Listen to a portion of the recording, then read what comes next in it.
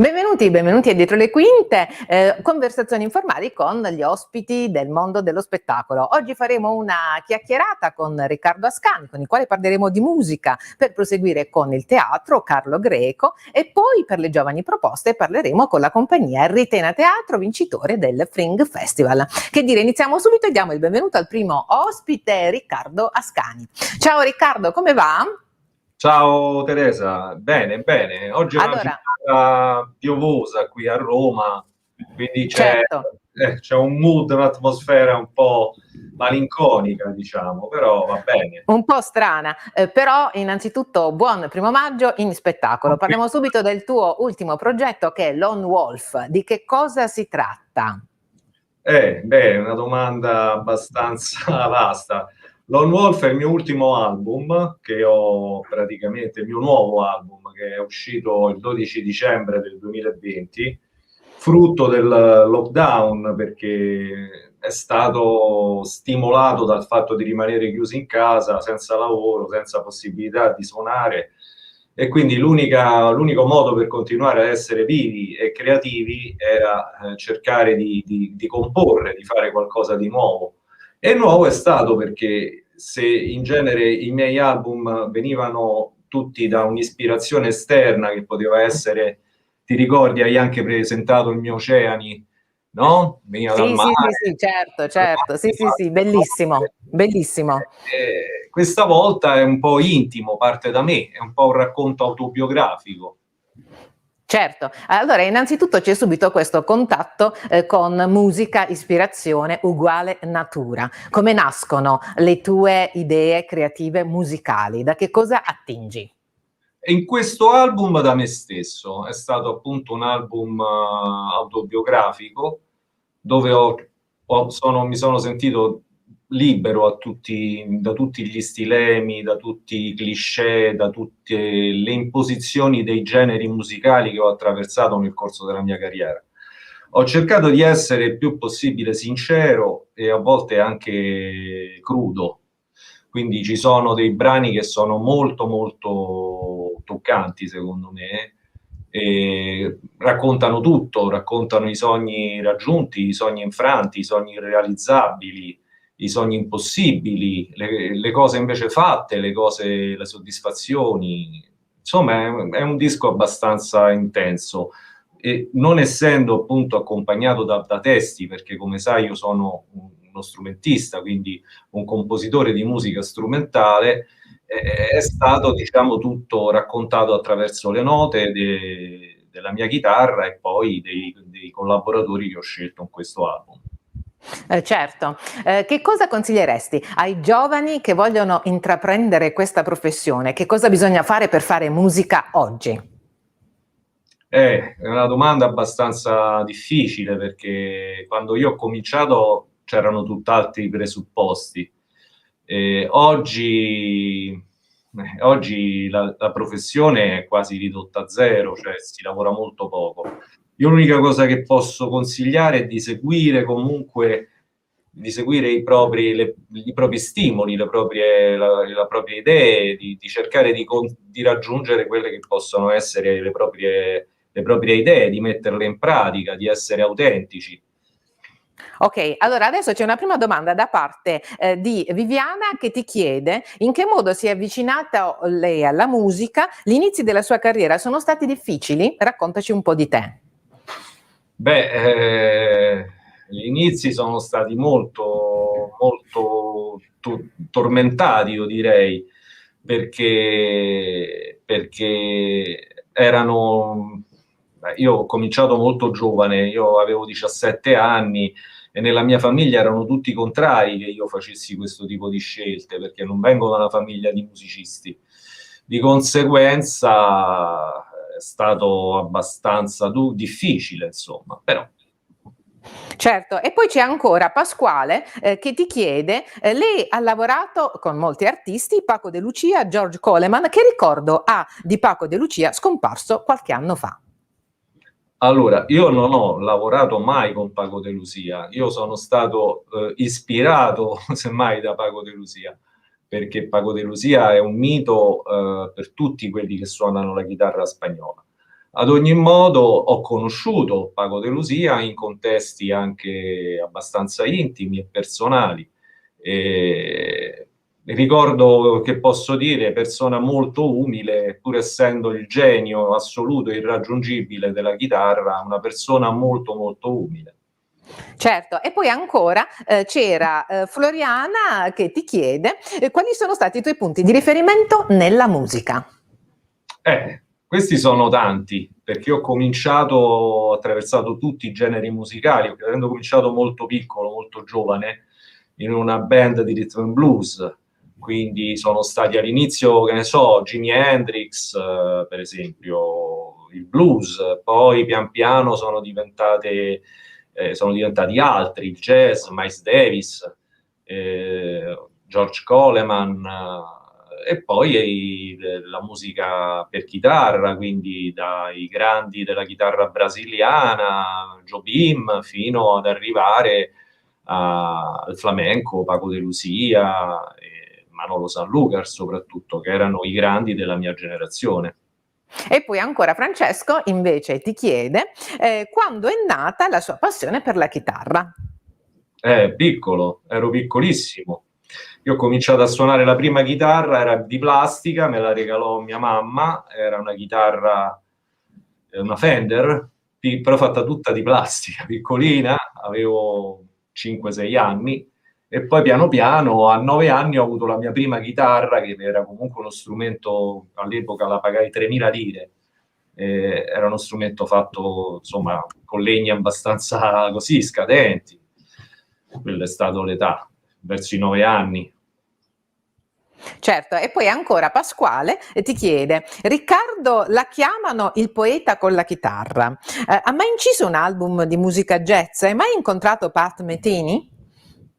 Allora, la risposta è questa. Lone Wolf è un album molto jazz e quindi è da ascoltare. C'è anche un richiamo a Pat Metheny. Io Pat Metheny l'ho conosciuto solamente quando venne a suonare qui a Roma a Euritmia, ma parlo veramente di tantissimi, tantissimi anni fa qui all'Eur, e poi non ho avuto più modo, diciamo, di incontrarlo e di parlarci. Ok, e ancora ci sono i nostri amici che continuano con tante curiosità, se ne selezioniamo ancora le ultime, ecco, Floriana ti chiede quali sono i tuoi progetti post pandemia, e poi c'era anche la domanda di Rita che dice è soddisfatto della sua carriera? Allora, mi ripeti la prima domanda? Allora, la prima domanda è quali sono i tuoi progetti post pandemia, quindi subito dopo che cosa farai? Allora, innanzitutto dobbiamo uscire dalla pandemia, perché ogni anno si rimanda all'anno prossimo, no? Quindi, prima cosa, bisogna cercare di uscire da questo delirio, che è veramente difficile, e poi si potrà vedere, si potrà sperare di riprendere. Io, guarda, il mio progetto è riprendere la vita di prima, quindi riuscire a rifare concerti, presentare questo disco Lone Wolf che non l'ho potuto mai presentare, e quindi questo è il mio progetto. L'altra domanda? E poi l'altra domanda c'era Rita, è soddisfatto della sua carriera? Diciamo, fino al 2019 sì. Eh, Certo. questi 2 anni, perché poi alla fine sono 2 anni, perché noi siamo come gli alberghi, non è che riapri e ricominci, no? Noi hanno Certo, cioè, riaperto c'è tutta una serie di per preparazione, certo, ci si riempire, prepara, ci prima si che rientri prepara. nella programmazione di una stagione, e soprattutto anche che tu riacquisti un pochino di forza, perché poi suonare è difficile, richiede forza, energia, richiede motivazione. Insomma, dopo Certo. E quello poi che è c'è successo. è molto difficile, bisogna veramente avere una forza creativa. Ancora il nostro Giorgio Alentano ci chiede qual è il suo artista preferito di uno stile totalmente diverso dal suo. Hai tu un artista preferito che però non ha il tuo stesso stile? Sì, sì, ce ne sono diversi, diversi. Per esempio Frank Zappa è uno di questi, anche nel campo, diciamo, della musica della musica leggera, a me piace moltissimo Adriano Celentano, insomma. C'entra poco, diciamo, con quello che faccio, però considero un grandissimo artista, Claudio Villa. Certo, perché è importante essere veramente molto poliedrici quando si parla di musica. Ancora Alessia Caputo ci dice cosa ricorda dell'esperienza lavorativa con Benjamin Waters e ancora Claddi, cosa hai imparato dal tuo lavoro? Allora, Benjamin, io lo conobbi a Trastevere, qui a Roma, che lui suonava il pianoforte in un club che si chiamava Melvins. E in questo club abbiamo passato tantissime serate assieme a suonare e a fumare il sigaro. E mi ricordo tantissimo perché noi suonavamo quasi tutte le sere, poi alla fine iniziavamo con del jazz puro, poi piano piano si passava alle bossa nova, poi ogni tanto lo portavo anche verso il tango perché a me piaceva all'epoca suonare anche il tango. Quindi sono state delle esperienze molto molto forti. L'altra domanda? Allora, l'altra domanda invece era, c'è un'altra ancora, scusami, sono tantissime. Giampaolo ti chiede come si è avvicinato al mondo del flamenco. È bella questa, parlaci un po' del flamenco. Il flamenco è passione, il flamenco è soprattutto verità. Ecco, io lo definirei così. Certo, e la nostra Monaca invece ti chiede, hai un rito scaramantico prima di entrare in scena oppure no? 2000. Tu Tipo, dicene uno, una curiosità dei nostri telespettatori, che cosa fa Riccardo Ascani prima di affrontare un concerto importante? Io assolutamente devo avere con me un calzino o qualche cosa che devo mettere tra le corde della chitarra per sentire sempre il suono della pulsazione delle unghie e capire se le unghie stanno a posto. Infatti ogni volta è sempre una frenesia, stai sempre con questo e fai sempre questo lavoro qui, no? Quindi diciamo è un po' un'ossessione più che un rito, però deve esserci sempre qualche cosa, una spugnetta con un calzino, qualche cosa che stoppa le corde. Certo, e poi la nostra Claddi ci chiedeva invece prima che cosa ha imparato dal suo lavoro. Bella domanda, questa è una domanda interessantissima. Allora, innanzitutto impari a conoscere, a capire molto la gente, perché il pubblico in realtà è poliedrico, è fatto di tantissime persone, quindi tante personalità, e quando tu riesci a guidarle in un qualcosa di tuo che stai esprimendo, vuol dire che sei riuscito a connetterti, quindi riesci a capire la gente e a dialogare con la gente. Questo penso che sia una cosa che stai esprimendo, vuol dire che sei riuscito a connetterti. Non ho sentito l'audio. E soprattutto ti volevo chiedere, dopo aver parlato di giovani, che cosa bisogna fare per rinnovare la musica oggi? Bisogna dare spazio a tutti i generi musicali, secondo me.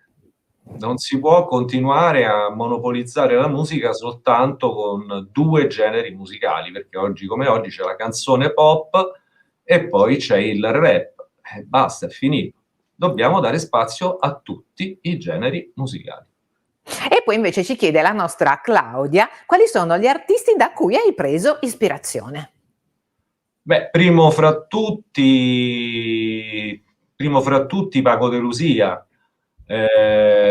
ma anche Miles Davis, anche Pat Metini. Sono tanti, sono veramente tanti. A me piace molto anche Jan Garbarek, il suo progetto mi piace molto, il progetto di Jan Garbarek, i progetti di Jan Garbarek. Quindi una world music molto molto raffinata. Certo. Allora, che dire, io ti ringrazio tantissimo per essere stato con noi questo pomeriggio e averci parlato del tuo ultimo progetto, Lone Wolf. Grazie Però a te. adesso, per chi vuole acquistare questo Lone Wolf, può farlo ovviamente rigorosamente online, giusto, Riccardo? Sì, non esistono copie fisiche perché stando chiusi con lockdown era praticamente impossibile riuscire a pensare un altro. Però ci sono diversi link dai quali si può acquistare sia su Amazon Music, su Deezer, su Spotify, su iTunes, su Apple Music, su Bandcamp. Insomma, Certo, ovviamente noi poi provvederemo a dare i link ai nostri telespettatori. Grazie. Allora, la nostra diretta, intanto mi dicono che in diretta su YouTube, in differita brevissima su Facebook e invece in differita anche la prossima settimana su 50 emittenti in tutta Italia. Allora, grazie mille per essere stato con noi questo pomeriggio e averci parlato di musica con l'augurio di riprendere al più presto come una volta dal vivo. Allora, alla prossima e che dire, tanti in bocca al lupo. Grazie di cuore. Ciao. Ciao. E noi proseguiamo col parlare di nota stonata. L'abbiamo fatto già la settimana scorsa con Giuseppe Pambieri e oggi ospite per noi Carlo Greco, che tra l'altro ha tradotto anche il testo oltre ad essere un interprete. Allora, Carlo, come va? Ciao, bene Teresa. Ciao. Ciao, Allora, ciao. parliamo subito di questo bellissimo testo, nota stonata, che effettivamente hai scoperto tu. Raccontaci, hai scoperto tu e poi avete chiesto i diritti. Che cosa accade? È accaduto questo, sono stato a Parigi subito dopo un'ultima tournée della Signora delle Camelie che mi aveva molto stressato e sono andato a Parigi a vedere questo spettacolo che mi ha subito attratto dalla sinossi di presentazione che c'era in genere sui giornali, nella pubblicità. Infatti, appena uscito, ho subito contattato il direttore del teatro, che tra l'altro è autore di Die Caron, e gli ho chiesto se poteva darmi i diritti, perché ho trovato soprattutto in questo testo la struttura, la scrittura è architettonicamente fatta da Dio, è perfetta, è veramente perfetta. Ogni parola, ogni battuta che potrebbe sembrare superficiale, potrebbe sembrare inutile, invece ha una sua giustificazione. Man mano che si va avanti nello spettacolo ci si accorge che è tutto giustificato, è tutto spiegato, è tutto confermato e chiarito. Quindi questa fa capire quanto la struttura di un testo teatrale debba essere veramente perfetto per poter funzionare, e grazie a Dio io devo molto a questo. E quindi ho avuto i diritti da Didier Caron, che ha preso delle piccole informazioni ovviamente su di me, e dopodiché ho avuto non solo i diritti, ma ho avuto anche l'esclusiva per l'Italia, dove spero di poterlo portare per almeno un lungo tempo, almeno 2 stagioni, perché è uno spettacolo che veramente vale la pena vedere. Assolutamente. Allora, intanto che la regia se mi ripassa questa domanda, eccola qui. Viviana ti chiede cosa si potrebbe fare per invitare i giovani a frequentare di più i teatri, secondo lei. Che cosa bisogna fare? Per frequentarli bisognerebbe fare pubblicità intanto proprio presso i giovani, quindi con le scuole, e devo dire che stanno cominciando a funzionare abbastanza bene. Le scuole sono importantissime, abituare i giovani, che sarà poi il pubblico di domani, a venire a teatro e farlo appassionare è importantissimo. Come? Intanto con dei testi che siano giusti per loro, che siano adeguati a loro e alle loro età. Non si può portare un ragazzino, una ragazzina della prima media a vedere Aristofane o a vedere Shakespeare, a vedere qualsiasi altro. No, assolutamente bisogna iniziare e abituarli pian piano fino ad arrivare ai testi classici, ai grandi classici, ma questo quando già sono da liceo, da università. Quindi questo è il modo per far appassionare i giovani al teatro, come spettatore. Poi chi è che me l'ha chiesta? Alessia. Se Alessia mi chiede come avvicinarsi al teatro da un punto di vista artistico, allora è un altro tipo di risposta. Certo, allora ci sono tantissimi interventi, se mi rimettete subito quello di Giovanni. Allora, prima Monica, qual è il personaggio che ha interpretato e sente più suo? E poi ancora c'era la nostra Francesco Donà, un ruolo che non ha mai interpretato e invece le piacerebbe interpretare. E ancora Monica ci chiede Pasquale, Carlo Greco, lei ha lavorato con Fiorenzo Fiorentini e altri, ha fatto molti film con molti, tra cui Liliana Cavani. Cosa ricorda di Fiorenzo e Liliana Cavani? Allora, andiamo per ordine. Andiamo per ordine. Allora, la prima domanda qual era? Allora, qual è il personaggio che ha interpretato e che sente più suo? Allora, io ho interpretato un personaggio grazie anche alla straordinaria generosità di Mario Scaccia, con il quale è stato uno dei miei maestri e col quale ho collaborato per circa 10 anni. Ed è nella Mandragola Messernicia, che io trovo sia stato il personaggio che più mi è cucito addosso e col quale sono stato veramente a mio agio per tutti i 2 anni e mezzo di tournée. Ecco, quello è il personaggio che più ha amato, che poi è il protagonista della Mandragola, no? È lo sciocco, l'uomo stolto che proprio si fa cornificare dalla moglie e da chi lo prende per i fondelli, quindi insomma è uno dei personaggi più belli di Machiavelli. Ecco, quello è il personaggio che più mi ha lasciato traccia e che porto ancora dentro di me. E invece poi c'era la domanda di Francesco Donà che ti chiedeva un ruolo che invece non ha mai interpretato, però le piacerebbe interpretare. Qual è? Allora, io amo molto La vita e sueño di Calderón de la Barca. Il personaggio della vita e sueño lo trovo straordinario, però io non mi sono mai cimentato o non sono mai riuscito a proporlo sia a dei produttori con la mia interpretazione. Perché? Perché trovo di non essere all'altezza. Non sono ancora tanto vecchio e maturo e tanto bravo di poterlo interpretare. Modesto, E quindi modesto. rimane Tu sei come la molto, vita, allora, certo, come la tu sei vita è molto modesto. Sì, No, sì, no, sei no, molto no, è la modesto, verità. Carlo. Come la vita è sueño, il ruolo e sogno anche, rimarrà un sogno. Certo, rispondiamo al nostro amico Giovanni Pasquale, che ci dice ha lavorato con Fiorenzo Fiorentini e altri, molti film, tra cui Liliana Cavani. Cosa ricorda di Fiorenzo e Liliana Cavani?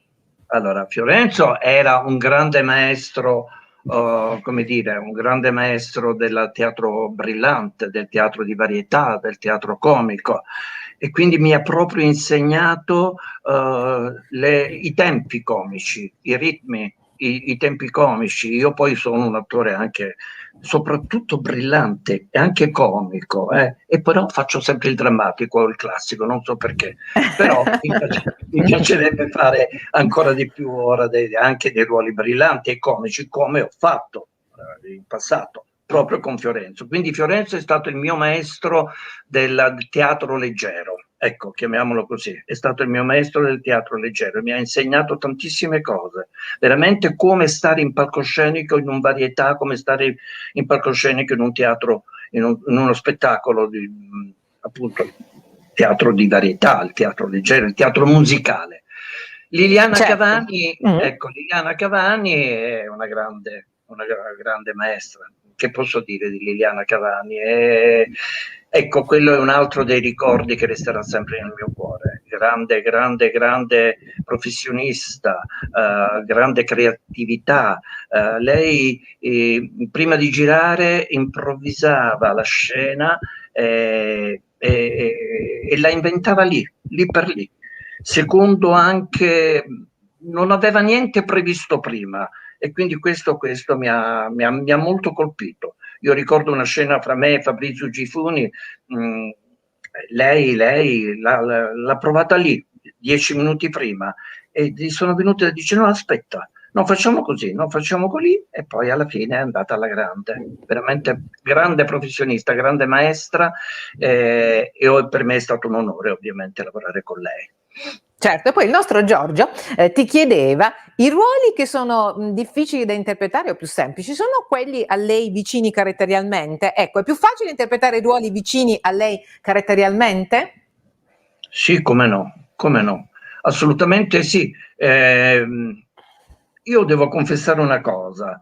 In Nota Stonata, la seconda parte del personaggio, allora, nella seconda parte del personaggio, il personaggio cresce, cambia, ha diverse fasi, no, della sua personalità, si cominciano a scoprire pian piano, man mano che Giuseppe Pambieri, cioè Dinkelbach, mi pressa nelle domande. Ecco, io devo dire onestamente che nella seconda parte io sono molto vicino a lui, sono molto vicino al personaggio. Perché? Perché è un vile, è un vigliacco, ha paura, diventa un bambino. E devo dire che una parte della mia personalità, del mio carattere, è abbastanza, si avvicina. Io di fronte alla paura, di fronte a una violenza, di fronte, non reagisco in maniera forte, no. Tendo a diventare piccolo, tendo a rimpicciolirmi, a diventare fragile, vulnerabile, quasi un bambino, così come Miller in Nota Stonata. Quindi la seconda Certo, parte, l'ultima certo. parte mi si avvicina molto, sì.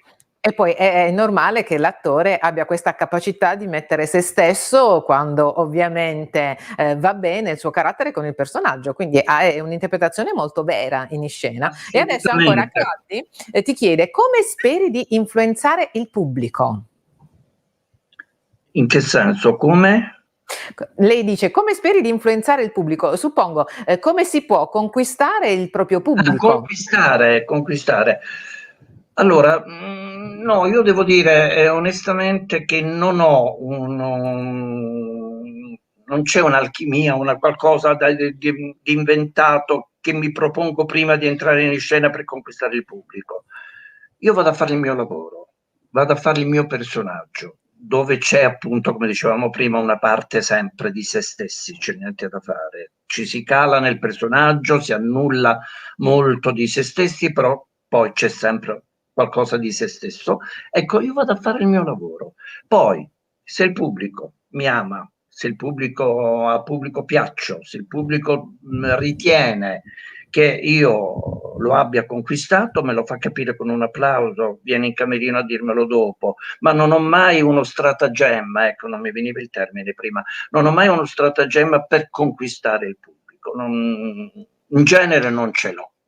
Sono molto spontaneo, ecco, e questo credo che il pubblico però lo apprezzi perché credo che si intuisca abbastanza facilmente.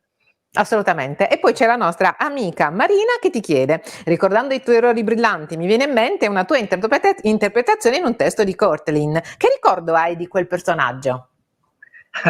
E beh, il personaggio di Courtline erano tre personaggi femminili. È stata, credo, l'unica cosa che io ho fatto in travestì, ai tempi in cui si faceva il travestì, quindi parlo degli anni 70 più o meno, no? Quando, dopo che Cohen e anche altri attori di quegli anni hanno iniziato a fare il travestì, ecco, mi si propose una cosa in travestì di Courteline, però mi dissero invertiamo i ruoli.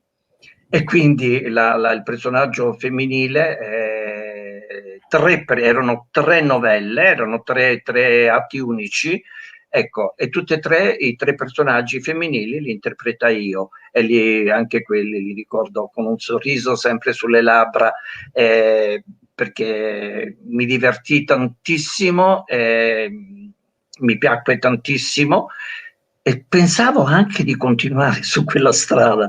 Infatti Fiorenzo Fiorentini, Mhm. furbo Mhm. e bravo, dopo che mi vide in questa cosa, mi fece fare anche un personaggio femminile in travestì in un suo spettacolo. Eh beh, certo, certo, quando c'è la stoffa. Ultimissima domanda, perché abbiamo scaduto e finito il tempo. Pasquale ti chiede, lei girò anche L'assassino alle ore contate nel 1981 e Povero amore con Carmelo Zappulla. Che ricordo ha di questi due film?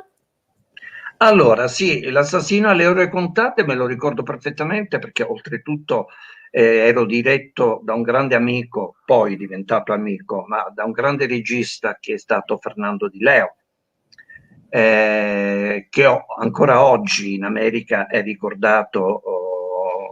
Quentin Tarantino lo paragona a se stesso, dice Fernando Di Leo è stato il Quentin Tarantino del cinema italiano. Chi non ricorda Milano Calibro 9 o Killers contro Killers e tanti altri film polizieschi molto interessanti, molto importanti. Ecco, io sono stato diretto da Fernando e devo dire, anche quella è stata un'esperienza, anche perché erano i miei primi film. Io debuttai in cinema con Fernando Di Leo, quindi lo ricordo con grande tenerezza, soprattutto perché non solo era un grande regista, ma era anche un uomo di una grande umanità. L'altro Zappulla? Sì, Sì, quella era una sceneggiata napoletana.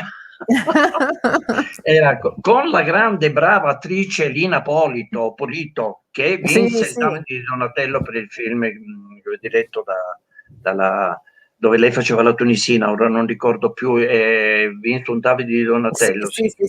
Lina Polito, ed era una sceneggiata napoletana fatta in versione cinematografica. Va bene. Allora, io ti ringrazio tantissimo per essere stato con noi questo pomeriggio. Ricordiamo a tutti i telespettatori assolutamente di non perdere Nota Stonata, perché ne vedete veramente delle belle con Carlo, ma anche Giuseppe Pambieri, regia di Moni Ovato. Io vorrei dire una cosa su Giuseppe, è veramente un grande attore, straordinario attore, sono fiero, felice di lavorarci insieme. Ecco, è un mio grande compagno di viaggio. Certo, allora grazie mille, arrivederci, alla prossima. Questa volta dal vivo. Ci diamo appuntamento dal vivo nei teatri di tutta Italia. Ciao, alla prossima. Ciao, grazie, alla prossima, ciao. E noi proseguiamo con la compagnia Ritena Teatro, che risulta vincitore al Fringe Festival, non solo come miglior attrici ex aequo, e avremo con noi Francesca Morgante e Maria Claudia Pesapane, ma anche per la regia Fabio Di Gesto. Allora sentiamo un po' che ci raccontano di questo loro E Cameriere. Ciao, ecco il regista. Buonasera. Ciao. Salve, ciao, buonasera. Allora, buon 1° maggio, uno spettacolo che ha trionfato al Fringe Festival perché ha preso 2 premi, sia dalla regia che dal punto di vista delle attrici. Come nasce innanzitutto questa idea? Chiediamolo prima al regista. Ok, Cameriere fa parte di una trilogia, che è una trilogia incentrata sulla femminilità irrisolta, partendo da testi classici del Novecento, del teatro europeo. Ho cercato di fare una riscrittura partendo dal plot e dall'idea drammatica totalmente nella mia lingua. Però una lingua, cioè un linguaggio ricercato, fatto di detti, di proverbi, declinato a volta verso la versificazione. E Cameriere all'interno di questa trilogia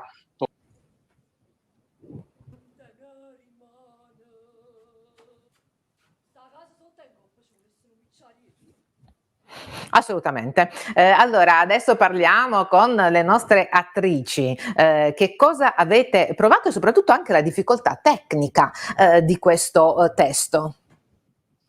Sì. Chi risponde? Francesca o Claudia? Entrambe, vai, cerchiamo di integrarci. Vai, Claudia. Vai, Claudia.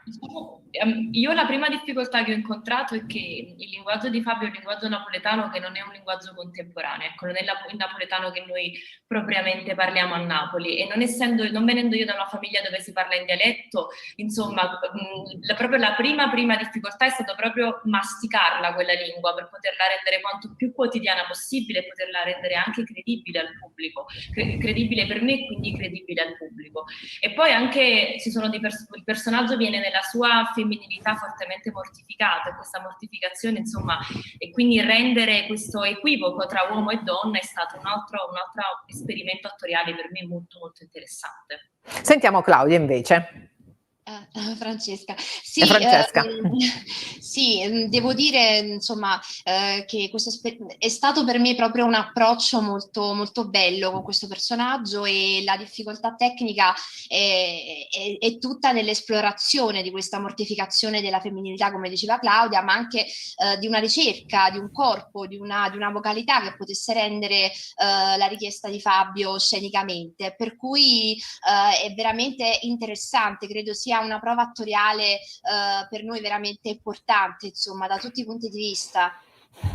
Va bene, e allora rispondiamo adesso alle curiosità dei nostri telespettatori. Per iniziare, se mi rimandate un po' di domande, le recuperiamo. Allora, Pasquale vi chiede: ciao, com'è nato Ritena Teatro? So che avete fatto l'anno scorso l'interrogatorio a Maria, e quando farete un nuovo spettacolo finito questo Covid? E ancora c'era l'intervento di Enrico Capano che dice: un saluto agli amici di Ritena, complimenti per il teatro che portate avanti. E ancora c'era l'intervento di Francesco Donà. Che testo vi piacerebbe tanto portare in scena? Allora, parlateci un po' di Ritena Teatro e soprattutto che testo vi piacerebbe fare dopo questo.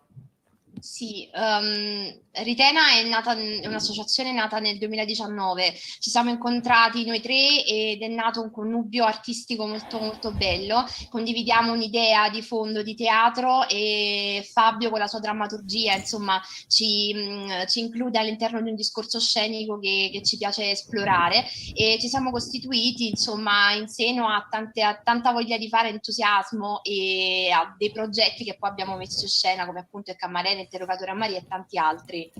Benissimo. Sì. E poi Giorgia ancora dice: qual è lo spettacolo e il riconoscimento di cui siete più fieri? Quindi parlavamo innanzitutto del progetto prossimo subito dopo questo, e poi qual è lo spettacolo che preferite tra quelli che avete fatto? Allora, il futuro progetto, in realtà noi siamo in finale ad un altro concorso, insomma, di cui siamo molto fieri, che è il Festival di Regia Fantasio, e saremo proprio in scena il 20 e il 21 maggio al Teatro di Villazzano a Trento, dove porteremo una regia della La vita e il sogno di Calderón de la Barca. E invece io direi che lo spettacolo di cui siamo più fieri penso sia proprio Cammarere. Siamo una idea penso condivisa anche da Fabio e da Francesca, no? Tu che dici, Fabio? Che dici Fabio? Mm-hmm. Sì, ci siamo conosciuti e costituiti come compagnia proprio con Cammarere, quindi è lo spettacolo per eccellenza che ci rappresenta. Per quanto riguarda poi i lavori prossimi e futuri, visto che mi piace partire da un testo classico per poi fare una riscrittura totalmente facendo il focus su un altro aspetto, da buon napoletano ci piacerebbe poi toccare quelle che sono le fiabe di Basile e partire da una fiaba di Basile totalmente fare una riscrittura, sempre usando il nostro linguaggio per portarlo in scena. Poi c'è Claddi che ci chiede, prima Florian, Claddi, fare della propria passione il proprio lavoro, siete d'accordo con questa affermazione? E poi c'è la domanda di Floriana che ci chiede, se me la ripassate un attimino, il teatro è condivisione secondo voi? Allora, Chi risponde? Sì. Rispondo io.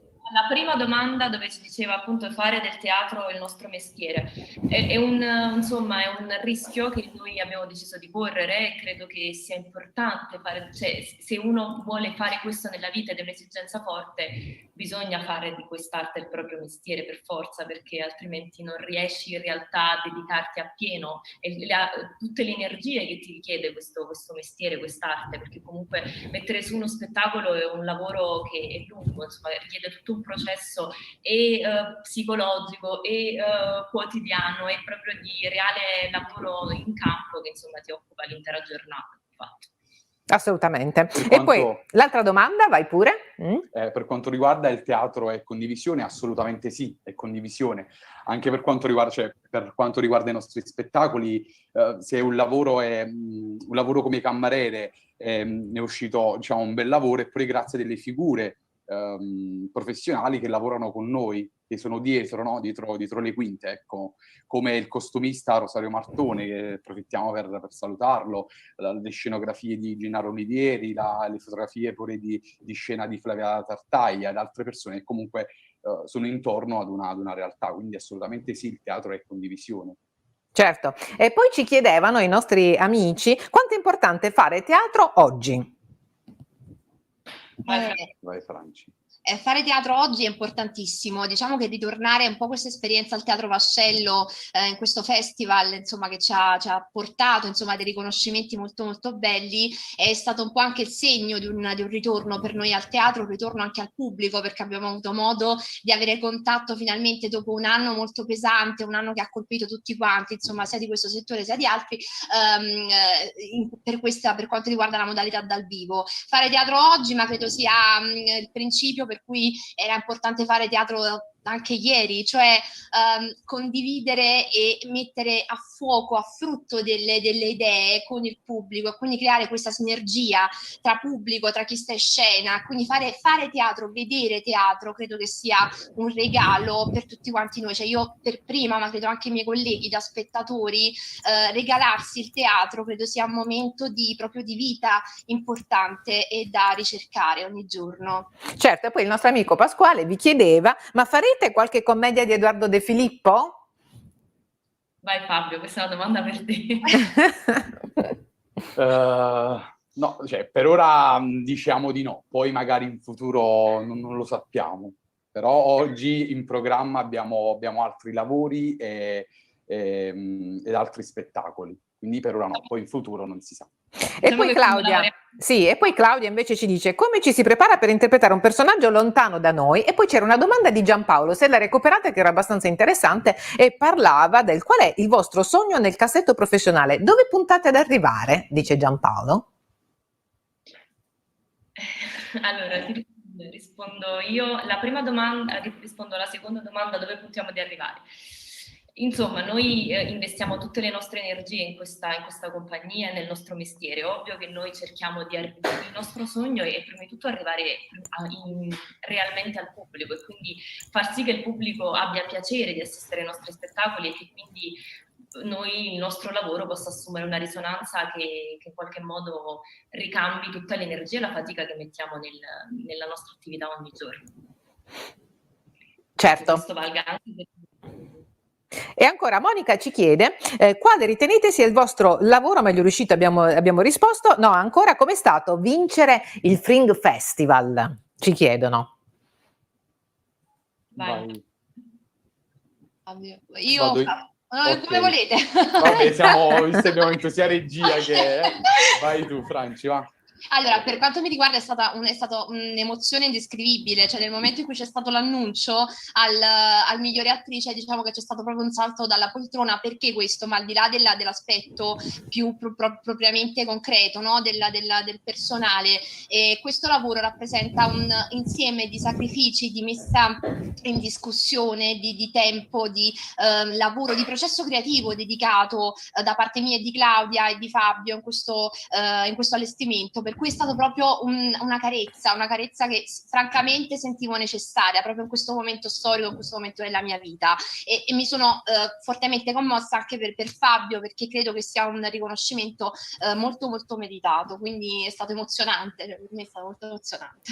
Assolutamente. Allora ragazzi, vi ringraziamo tantissimo di essere stati con noi questo pomeriggio e ricordiamo a tutti i telespettatori questo spettacolo che merita di essere visto. È Cammariere, Ritena Teatro, con Francesca Morgante e Maria Claudia Pesapane, regia di Fabio Di Gesto, vincitori del Fringe Festival. Dove lo possono vedere i nostri amici? Per il momento su Napoli, poi avete in programma di portarlo in giro? Assolutamente, poi insomma se invitiamo a seguire la nostra pagina Facebook e Instagram Ritena Teatro, dove terremo aggiornati su tutti i prossimi appuntamenti della compagnia. Certo, grazie mille a Ritena Teatro con Cammariere, e che dire, ci rivediamo allora dal vivo, senz'altro dal vivo, per sentire il profumo di palcoscenico. Grazie mille, alla prossima, ciao! Grazie a voi, alla prossima, arrivederci, grazie. E anche per questo pomeriggio è tutto. Per rivedere tutte le puntate www.dietrolequintetv.com e per le vostre segnalazioni info@dietrolequintetv.com. Arrivederci alla prossima puntata.